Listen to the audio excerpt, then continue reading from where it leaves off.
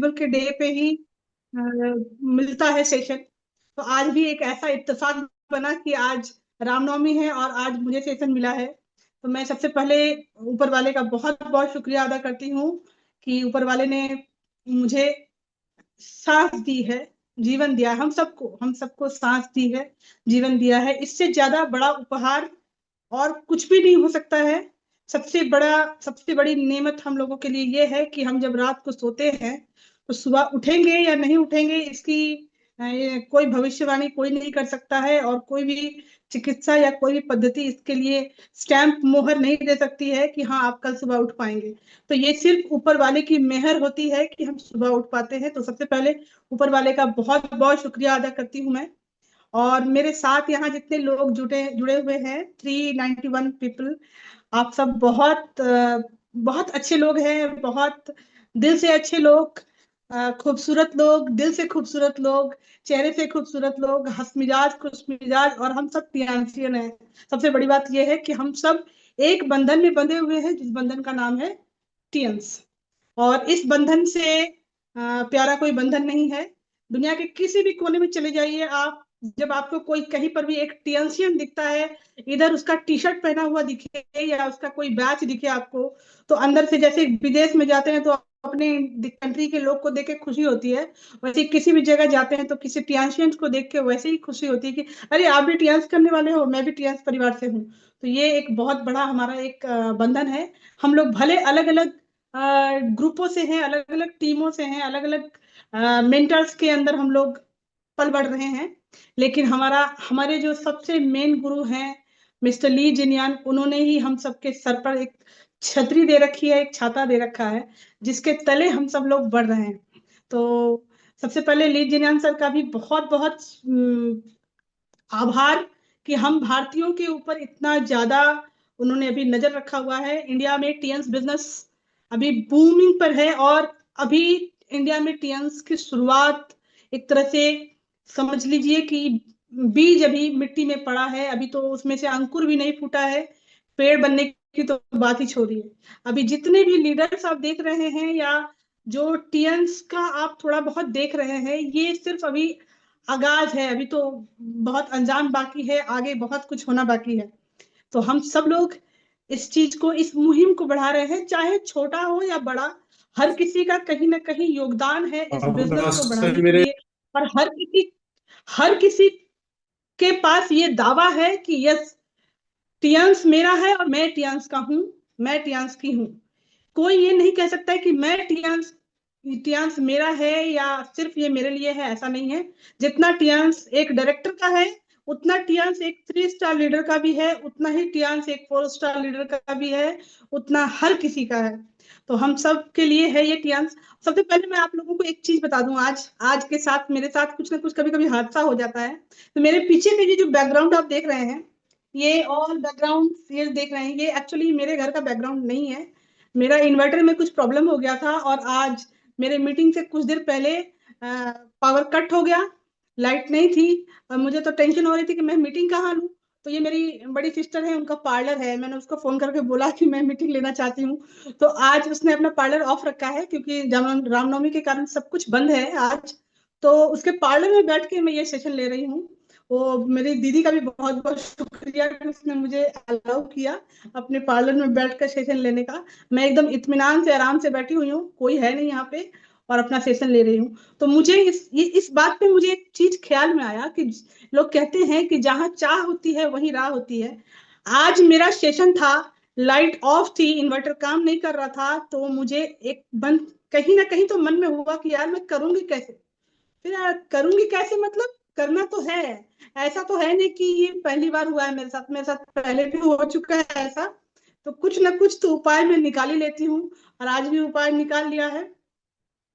सबसे पहले मेरे यहाँ पे पैनल में हमारे पैनल को प्रोवाइड करने वाले, हमारे जो पैनल के प्रोवाइडर हैं, हमारे पांडे सर, आप सभी जानते हैं कि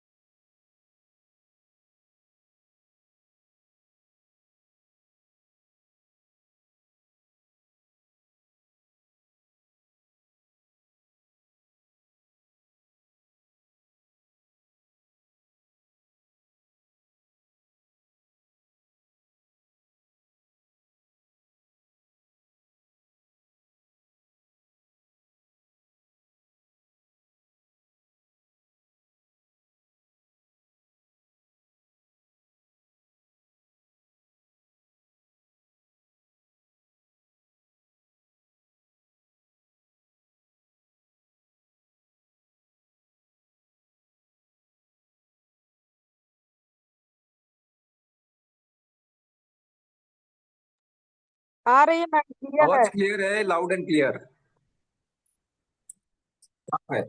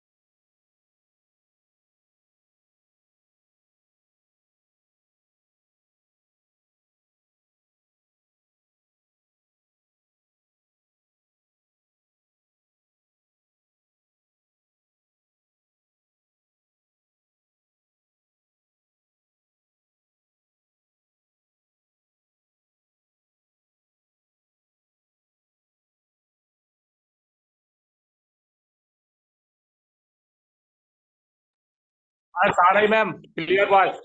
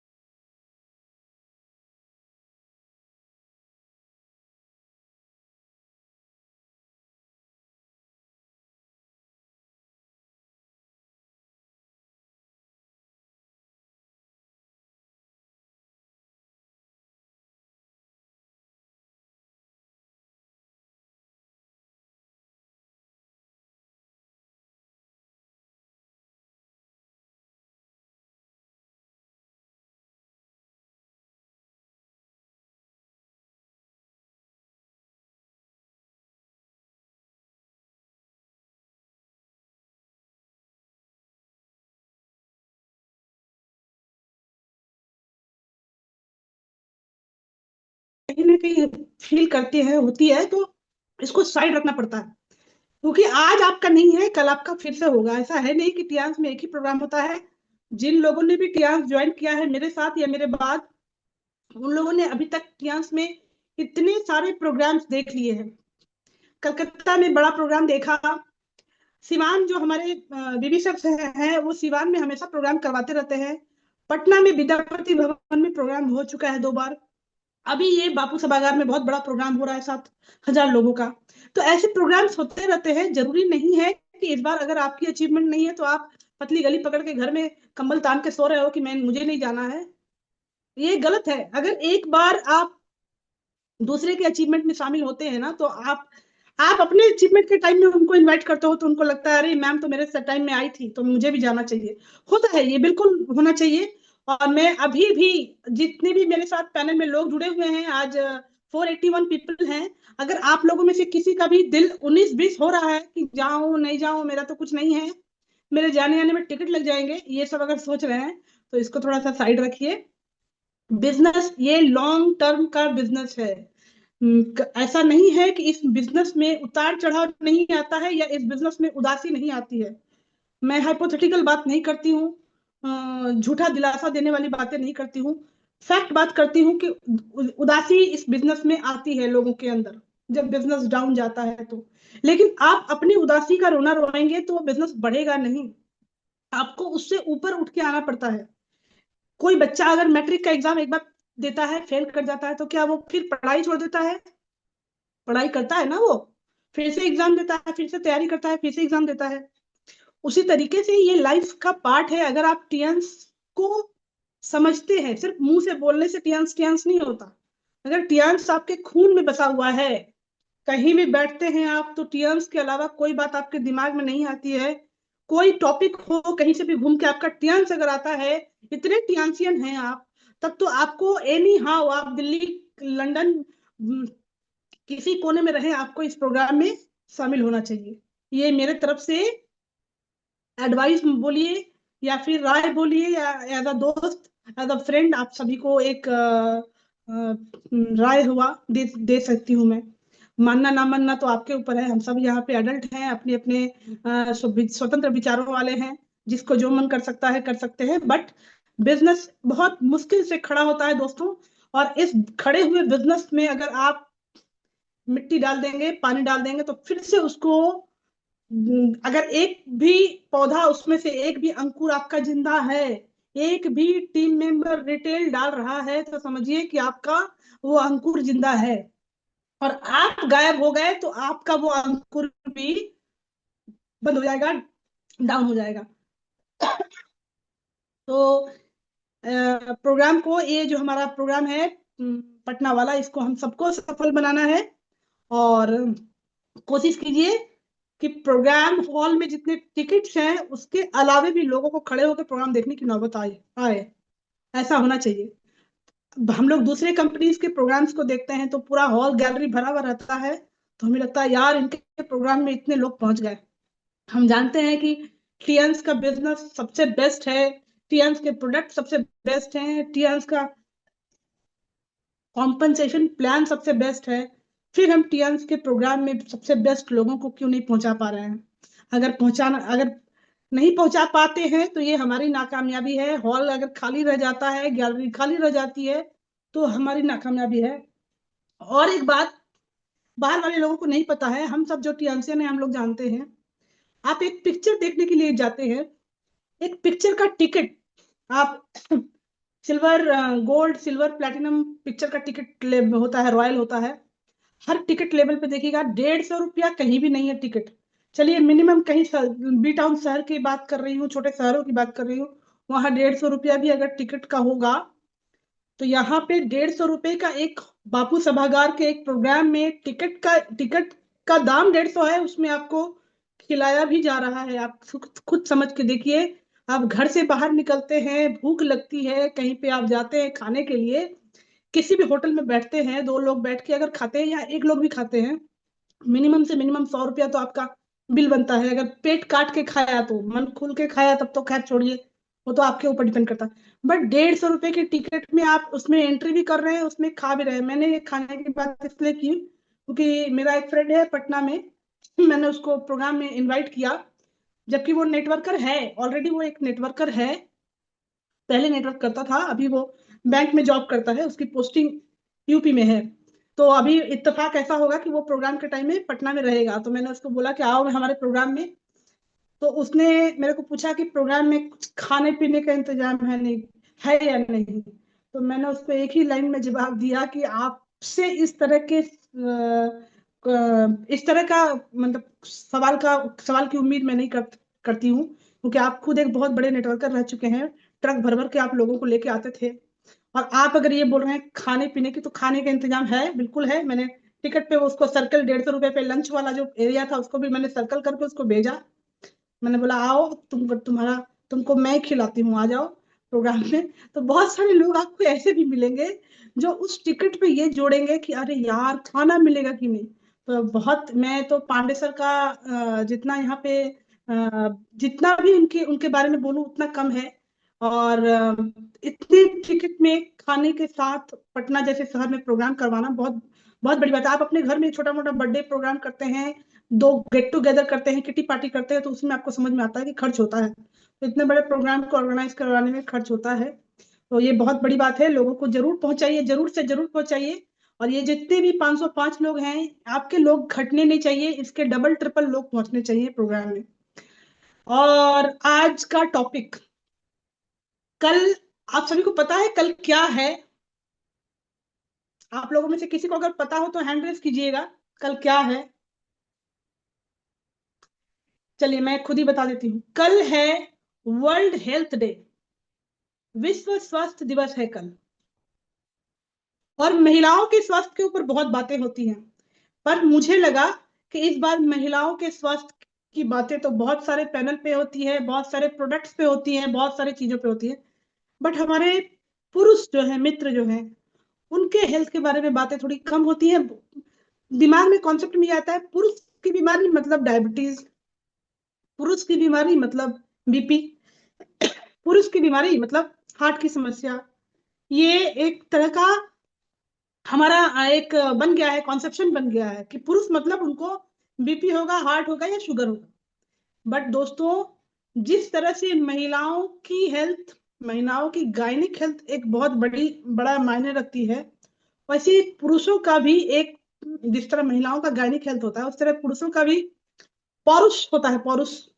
उस पौरुष से रिलेटेड उनका भी एक हेल्थ होता है, जिसके बारे में बात जनरली नहीं करते हैं। और मैं बहुत बोल्ड टॉपिक पे बात करती हूँ, भले मुझे लोग, कुछ लोग मुझे कहते हैं कि आप ऐसे टॉपिक पे बात कैसे कर लेती हैं, आपको शर्म नहीं आती है। मुझे शर्म नहीं आती है, मुझे सही में शर्म नहीं आती है। शर्म आने की कौन कौन सी बात है? जिस तरह महिलाओं का शरीर है बॉडी पार्ट से, वैसे ही पुरुषों का है, पुरुषों का बॉडी पार्ट है। महिलाओं को जिस तरह से सर्वाइकल कैंसर होता है, सर्विक्स कैंसर होता है, यूट्रस कैंसर होता है, ओवरी कैंसर होता है, ब्रेस्ट कैंसर होता है, हमारे जेनिटल पार्ट्स का ही तो ये हिस्सा है। इसी तरह पुरुषों को भी होता है। तो पुरुषों के बारे में बात करने में शर्माने वाली कोई बात नहीं, मुझे मेरे मेरे हिसाब से कुछ समझ में नहीं आती। बहुत सारे लोग थोड़े करते हैं इस टॉपिक करने के लिए, बट मैं शुरू से थोड़ा ओपन ख्याल वाली हूँ, तो मैं इन सब टॉपिक पर, मुद्दे पर आराम से बात कर सकती हूँ।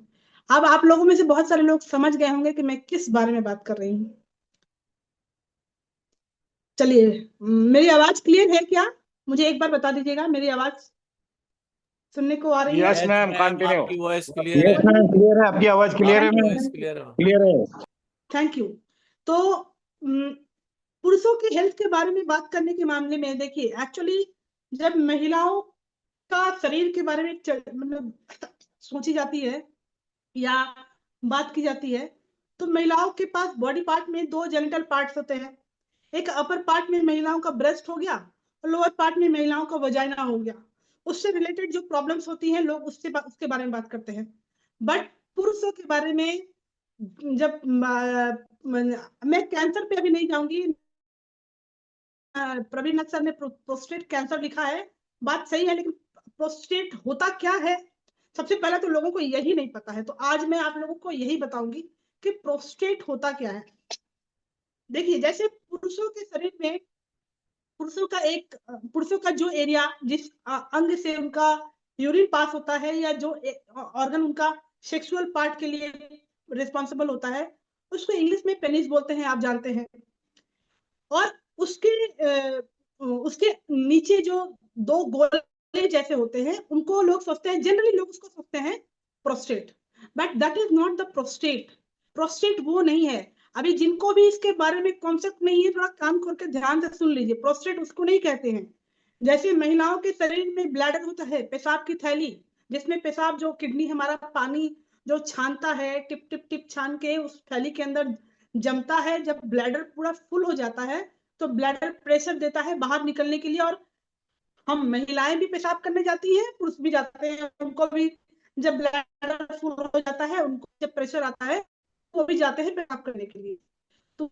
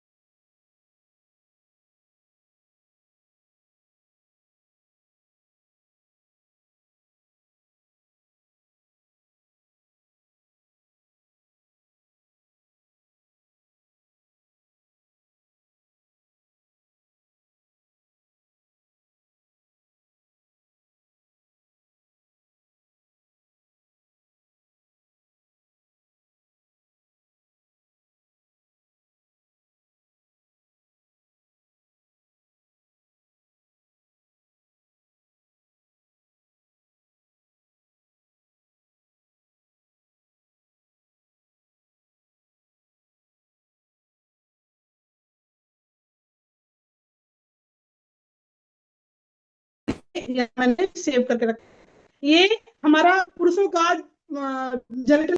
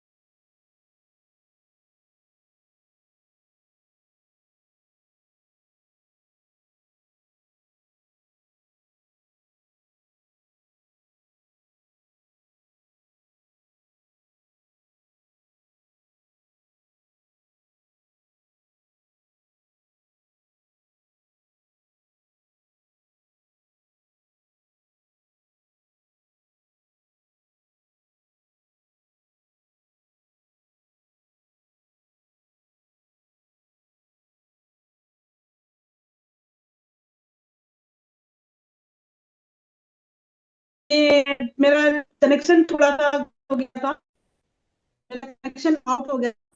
अभी अभी नजर आ रही है? अभी आवाज आ रही है मेरी? ये मैम आवाज आ आपकी रही है, आवाज आ रही है क्या? शेयरिंग नहीं हो रही है। आवाज आ रही है आपकी? Okay okay, thank you. तो जो मैंने लोगों को आप लोगों ने हम लोग, मतलब मैंने देखा है इस बात।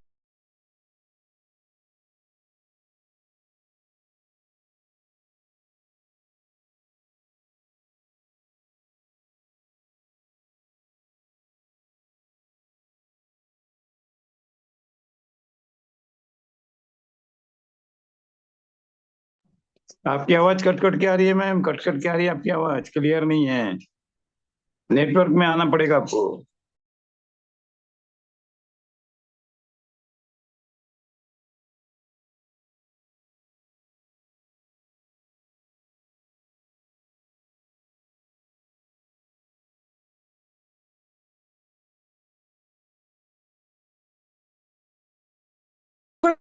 लगा पढ़ने, तो ठीक है। अभी आवाज आ रही है? आवाज तो आ रही है, फिर भी क्लियर नहीं है, पूरी क्लियर नहीं है आवाज। ओके।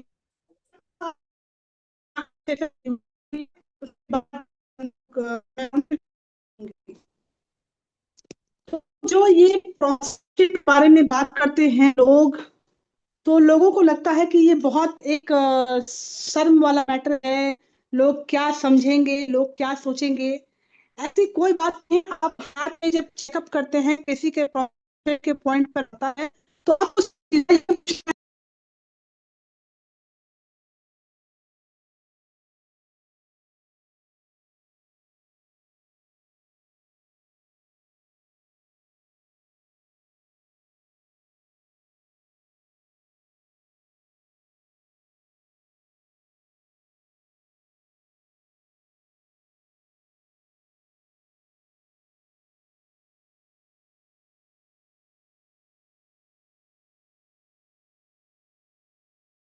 मोमेंट मैं थोड़ा बाहर निकलती हूँ।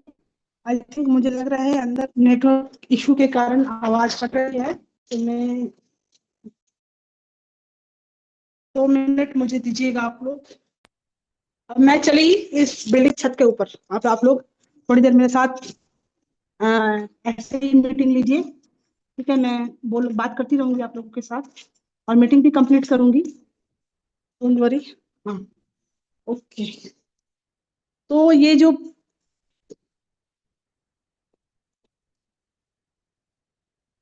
प्रोस्टेट की बात मैं कर रही थी, ये जब आप किसी को जब चेकअप करते हैं और हाथ में प्रोस्टेट की समस्या आती है, तो लोग स्क्रीन शेयर कर दीजिए। यस मैम, करती हूँ मैं। जस्ट अ मोमेंट, अभी मैं थोड़ा सा लिफ्ट में हूँ। मैं ऊपर 6th फ्लोर पे जा रही हूँ, छत के ऊपर। मैं छत के ऊपर पहुंचती हूँ, उसके बाद मैं थोड़ा सा स्क्रीन शेयर करूंगी। 2 मिनट, थोड़ा सा पेशेंस रखिए। Sorry for the interruption. मुझे खुद ही बुरा लग रहा है कि सेशन के बीच में कुछ कुछ प्रॉब्लम हो गया, but it's a part and parcel of life. मैं जस्ट अब आ गई हूँ ऊपर। मुझे लग रहा है आवाज मेरी अब क्लियर आ रही होगी आप लोगों को। कोई एक बार माइक ओपन कर। क्लियर है मैम। मैम आपकी जी जी। वॉइस अब क्लियर आ रही है। अब मैं आ गई हूँ बिल्कुल ऊपर। Just a moment.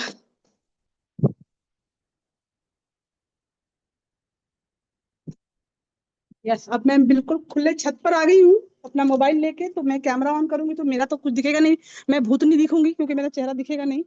बट मेरी आवाज सुनाई पड़ेगी आप लोगों को। तो मैं किस वो फोटो शेयर करती हूँ आप लोगों के साथ जो अभी दिखाया था। Just a moment. जी। तो ये है प्रोस्टेट का लोकेशन।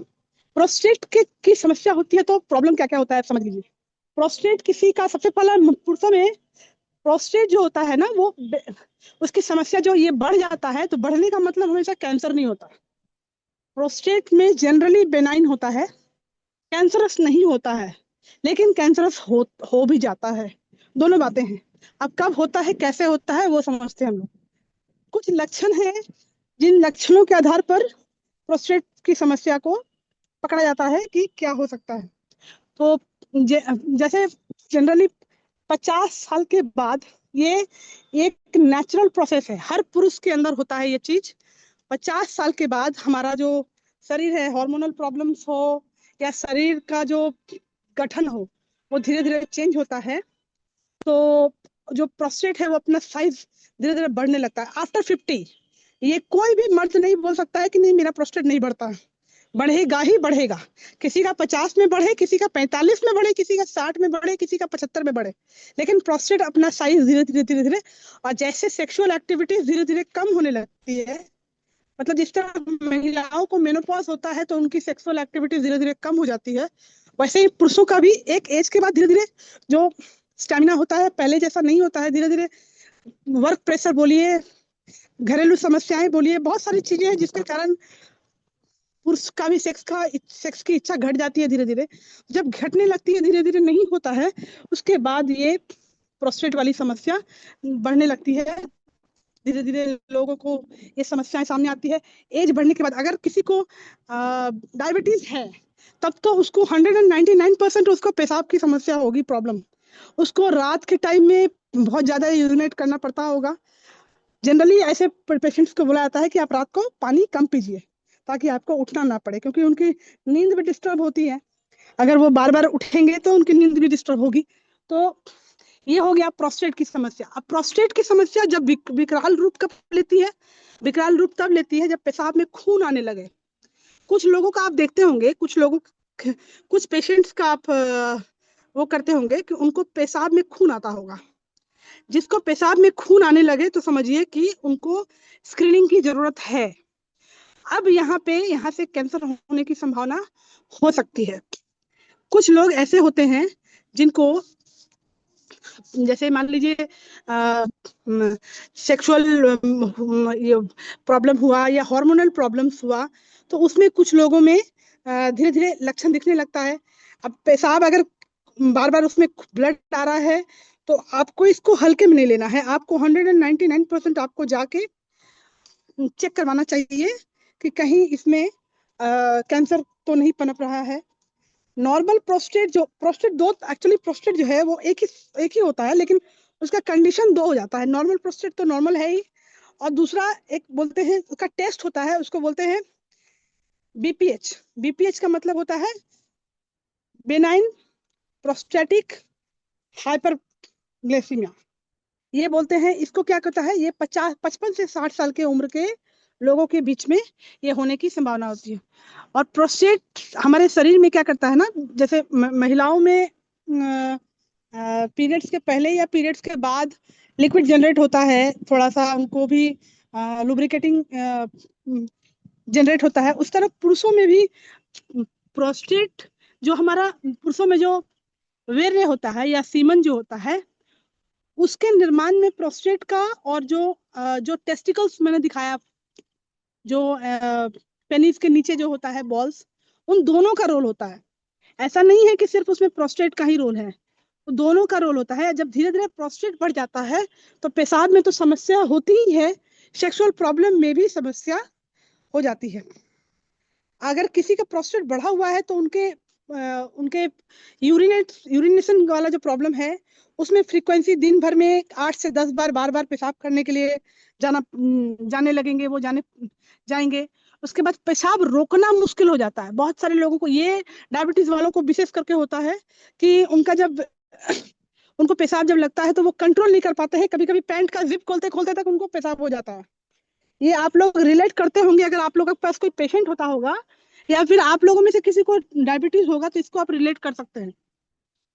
नींद के समय भी बार बार यूरिन मतलब यूरिन होगा होगा ऐसा इच्छा होने लगता है, फील होने लगता है। उसके बाद पेशाब करने के टाइम प्रेशर लगाना पड़ता है या दर्द होता है। ये सब अगर होता है, या फिर जैसे यूरिन पास करने के बाद भी लगता है कि एक एक बूंद यूरिन आ रहा है, अभी भी होगा होगा, लगता है कि अंदर अभी भी ब्लैडर में है, पेशाब है, लेकिन वो निकल नहीं रहा है। इस तरह की समस्या है तो समझिए कि आपका प्रोस्टेट बढ़ा हुआ है। अब आप ये जो मैं बोल रही हूँ, ये मत समझिए कि मैं आपको डॉक्टर बना रही हूँ। हमारा जो एक्यू लाइफ है, हमारा एक्यू लाइफ एक बहुत बड़ा अच्छा हथियार है प्रोस्टेट की समस्या के इनिशियल स्टेज को पकड़ लेने के लिए। अब जिसके भी प्रोस्टेट के ऑर्गन में आया है प्रॉब्लम, वैसे पेशेंट से आप ये सब सवाल पूछिएगा, तो जिसको भी ये समस्या होगा वो बोलेगा कि हाँ मुझे ये है। जनरली हम लोग क्या पूछ देते हैं पेशेंट से, मैं भी इस तरह की गलती करती हूँ, आपको पेशाब रिलेटेड कोई समस्या है क्या? वो पटाख से बोलेगा नहीं। कोई पेशेंट जनरली अपनी समस्या बताता नहीं है, वो बोलेगा नहीं। हमें उनसे क्लियर कट में पूछना है कि आपको पेशाब खुल के होता है, अच्छे से होता है, या होने के बाद भी लगता है क्या कि पेशाब और होगा? बार बार पेशाब लगता है क्या? या फिर पेशाब करने के बाद भी आ, लगता है क्या कि मुझे बहुत प्रेशर लगाना पड़ रहा है? इस तरह के सवाल पूछिएगा तो उसमें से कुछ ना कुछ वो बताएगा समस्या। ठीक है।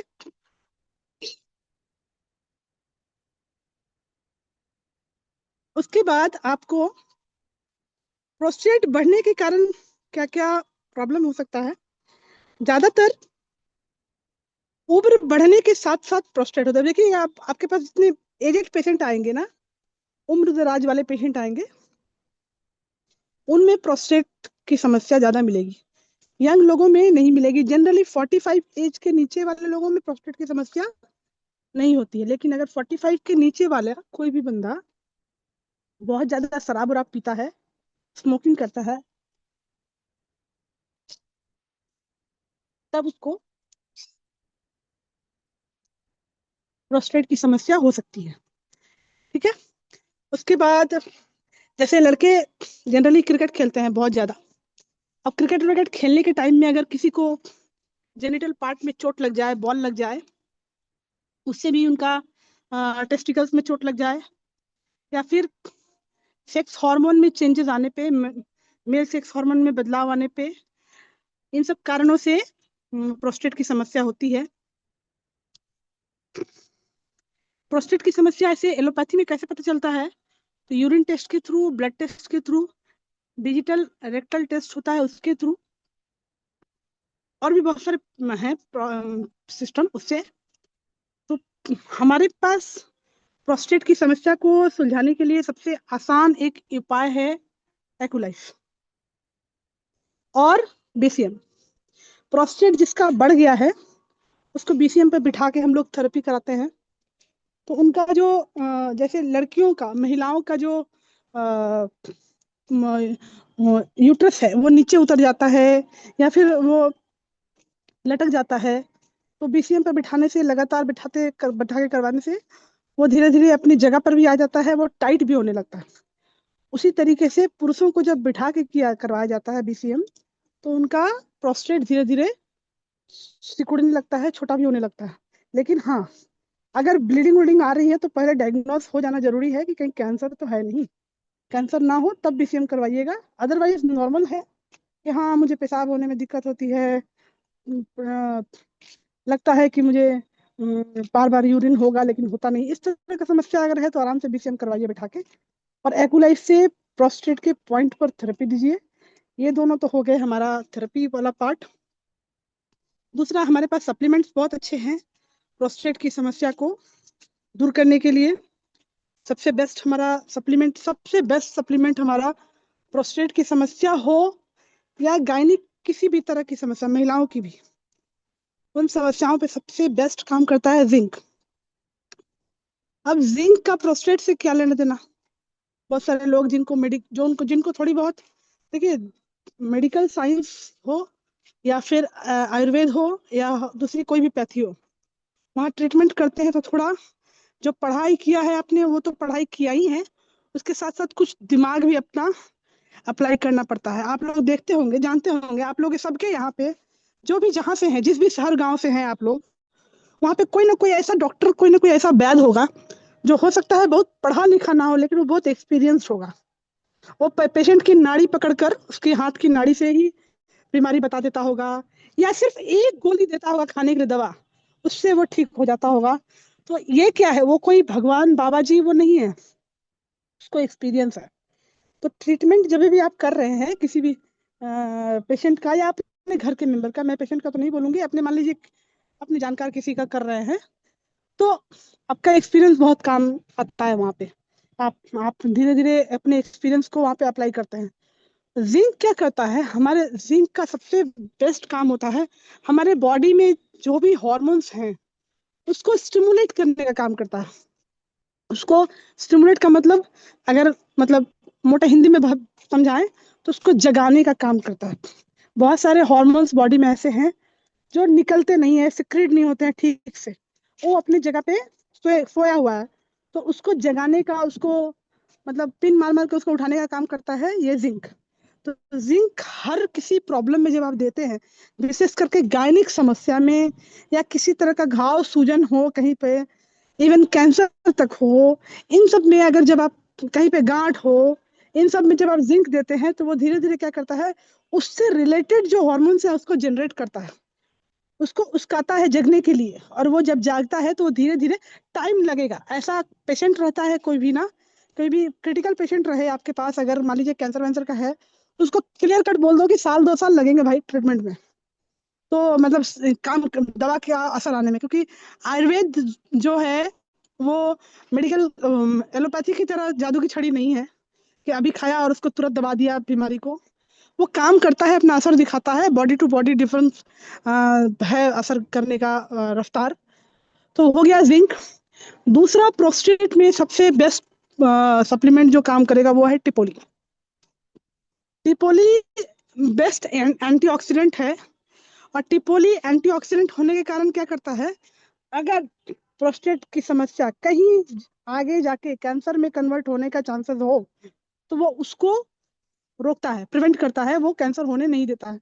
तो टिपोली and zinc is the best combination for the prostate problem. Prostate की किसी भी तरह की समस्या हो, ये दोनों उस पेशेंट को दीजिए। साथ में आप उसके साथ ऐड कर सकते हैं, पेशेंट के बजट को देखकर, लोग किसी के पॉकेट के हिसाब से आप उसमें, जैसे अगर आयुर्वेद के हिसाब से कहा जाता है कि प्रोस्टेट में खान पान का बहुत ध्यान रखना पड़ता है, बॉडी में मिनरल्स विटामिन ये सब फुलफिल होना चाहिए। तो हमारा मल्टीविटामिन यहाँ पे बहुत अच्छा रोल अदा करता है। मल्टीविटामिन एक सस्ता सप्लीमेंट भी है और बहुत अच्छा रोल भी अदा करता है, ये आप उसके साथ ऐड कर सकते हैं। और पेशेंट को अगर सेक्सुअल प्रॉब्लम है, अगर मान लीजिए कोई ऐसा बंदा है जिसको 40-45 साल के, आजकल तो थोड़ा एज होने पे लड़के शादी करते हैं, अब 40-45 साल की उम्र में उसने शादी किया, उसको बच्चे नहीं हो रहे हैं, प्रोस्टेट बढ़ गया है, तो वैसे लोगों को आप क्वाड्रिसेप एंड साथ में हमारा कोएंजाइम Q10, ये 2 चीज अगर ऐड कर देंगे तो प्रोस्टेट की समस्या भी ठीक हो जाएगी, और वैसे जो होते हैं जिनको बच्चे नहीं होते हैं उनको बच्चा भी होता है। प्रोस्टेट वाले में क्या होता है कि एलोपैथी में जाके वो लोग ऑपरेशन करवाना नहीं चाहते हैं, क्यों?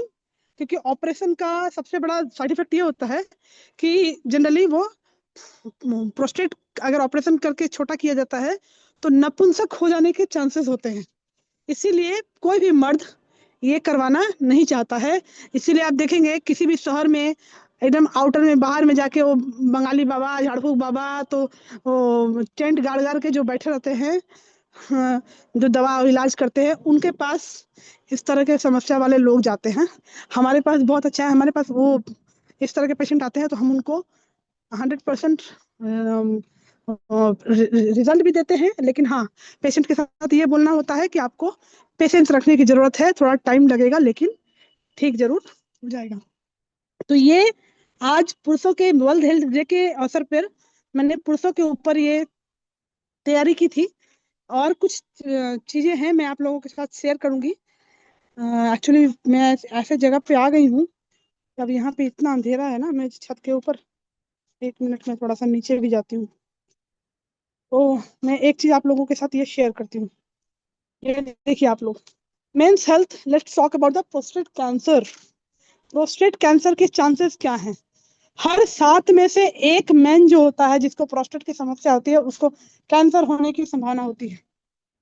अगर 7 पुरुषों को प्रोस्टेट की समस्या पकड़ाया है तो उसमें से एक को कैंसर होने के चांसेस होते हैं। Globally, more than 1.4 million men are diagnosed with prostate cancer each year. हर साल 1.4 मिलियन लोगों को डायग्नोस किया जाता है प्रोस्टेट कैंसर के लिए। 25% of men said they never discussed a prostate cancer screening with their doctor. 25% लोगों को तो पता ही नहीं है, डॉक्टर के साथ कभी इसके स्क्रीनिंग के बारे में बात ही नहीं की। 68% लोग मेन है, वो क्या बोलते हैं, know someone who had prostate cancer. मतलब 68% लोग जानते हैं ऐसे लोगों को जिनको प्रोस्टेट कैंसर है। 42% of men weren't familiar with the warning sign of prostate cancer. 42% ऐसे हैं जिसको प्रोस्टेट कैंसर का प्रॉब्लम का साइन, वार्निंग साइन क्या होता है, उनको यही नहीं पता है। इसीलिए प्रॉब्लम जब बड़ी हो जाती है तब वो जाते हैं डॉक्टर के पास और इस प्रॉब्लम का फिर सॉल्यूशन नहीं मिल पाता है। The American Cancer Society advised you to screen for prostate cancer starting age 50। 50 साल से होते ही अमेरिकन एजेंसी बोलती है कि आप अपना प्रोस्टेट की जांच करवाइए। If you have an average risk, if you have the higher risk, begin discussing।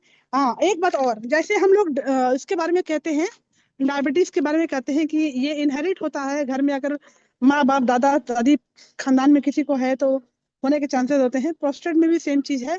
अगर आपके नियर ब्लड रिलेशनशिप में किसी को प्रोस्टेट की समस्या रही है, प्रोस्टेट कैंसर रहा है, तो फिर आपको भी सतर्क रहने की जरूरत है। आपको अपने 50 साल की उम्र के बाद ही आपके पेशाब वसाब से रिलेटेड प्रॉब्लम हो रही है तो एक बार कम से कम स्क्रीनिंग करवा लीजिए कि कहीं प्रोस्टेट में कोई समस्या तो नहीं है। हो गया। अभी एक चीज और मैं आप लोगों को दिखाती हूँ, इसको ऑफ किया, एक और मैं शेयर करती हूँ आप लोगों के साथ, ये वाला सर्वे के अकॉर्डिंग क्या सर्वे बताती है। 68% someone who has prostate cancer, 68% लोग जानते हैं किसी किसी के बारे में कि हाँ उसको कैंसर है, प्रोस्टेट कैंसर रहा है, उसको रहा है, उसको रहा है। ये 68% लोग हैं। उसके बाद 53% लोग हैं have never worried about getting prostate cancer. 53% लोग ऐसे हैं जिन्होंने कभी चिंता ही नहीं की कि प्रोस्टेट कैंसर भी होता है या हो सकता है। 42% weren't familiar with the warning signs of prostate, ये तो आप लोगों ने सुन ही लिया।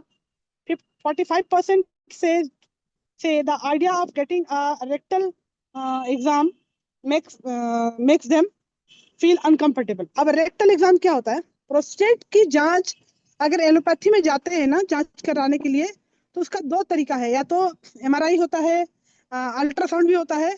जनरली इनिशियल स्टेज पे डॉक्टर उनको लेटा के उनके जो जहाँ से लैट्रिन करते हैं गुदा वाला एरिया, वहां से, हाँ, जैसे लेडीज को चेक करते हैं ग्लव्स पहन के, वैसे ही पुरुषों के वहां से उंगली डाल के वो प्रोस्टेट को छू के बताते हैं कि बढ़ा है कि नहीं बढ़ा है। अब ये लड़के करवाना नहीं चाहते, मर्दों को ये करवाने में होती है समस्या।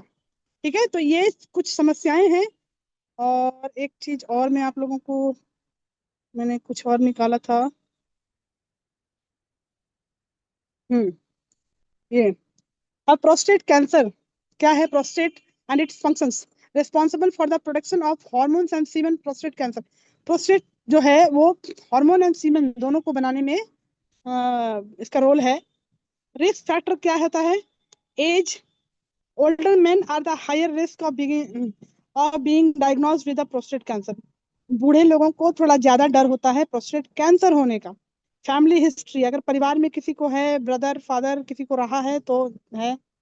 उसके बाद intensity, studies shows there is increased occurrence in black American males। Black American male लिखने का मतलब यहाँ पे ये है कि गोरे अंग्रेजों से ज्यादा जो एशियन पीपल हैं या जो ब्लैक पीपल हैं उनको प्रोस्टेट कैंसर होने के चांसेस ज्यादा होते हैं। ठीक है। और सिम्टम्स क्या क्या हैं? यूरिन बहुत जल्दी जल्दी फ्रीक्वेंटली यूरिन होगा। उसके बाद ब्लड, यूरिन एंड सीमेन मतलब पेशाब में भी ब्लड आएगा, और अगर जब सेक्स करते हैं उसमें भी ब्लड आएगा। इरेक्टाइल डिसफंक्शन मतलब जो सेक्स के टाइम में जो यौनांग में जो आना चाहिए कड़ापन, वो नहीं आता है। उसके बाद डिफिकल्टी स्टार्टिंग टू यूरिनेट, पेशाब करने की शुरुआत करने में ही दर्द होना, मतलब पेशाब निकलने में ही पहले उनको तकलीफ हो रही है, दर्द होता है। ठीक है। उसके बाद पेन, पेन इन कमर, कमर में पीछे बैक में पेन होना, बर्निंग सेंसेशन होना, पेशाब करने में बर्निंग सेंसेशन होता है और पेनफुल होता है, और आपको ये सारी समस्याएं होती हैं। तो ये किसी ने लिखा है कॉर्डिसेपम जिंक। यस, कॉर्डिसेपम जिंक भी आप दे सकते हैं। कुछ अगर सवाल पूछना है तो आप पूछ सकते हैं। बस मेरा ये यहाँ तक था, इसको मैं अब यहाँ पे क्लोज कर रही हूँ, और अब मैं थोड़ा सा नीचे भी जाऊँ, ऊपर बहुत हवा। तो थैंक यू आप सभी का मेरे साथ इतने देर बने रहने के लिए। आई होप आप लोगों को अच्छा लगा होगा सेशन आज का, और कुछ ना कुछ फायदा जरूर इनसे हुआ होगा। थैंक यू, धन्यवाद आप सभी का। मैं इसको अभी यहीं पे वाइंड अप करती हूँ। मैं हिमांशु सर को बुलाऊंगी। हिमांशु सर, आप इसको हैंड ओवर लीजिए और आगे की कार्रवाई की जाए, शुरुआत की जाए। Thank you everyone. Himanshu sir अगर मेरी आवाज सुन Great पा रहे session, हैं? ma'am. Great, wonderful, excellent, zabardast. Thank you so much.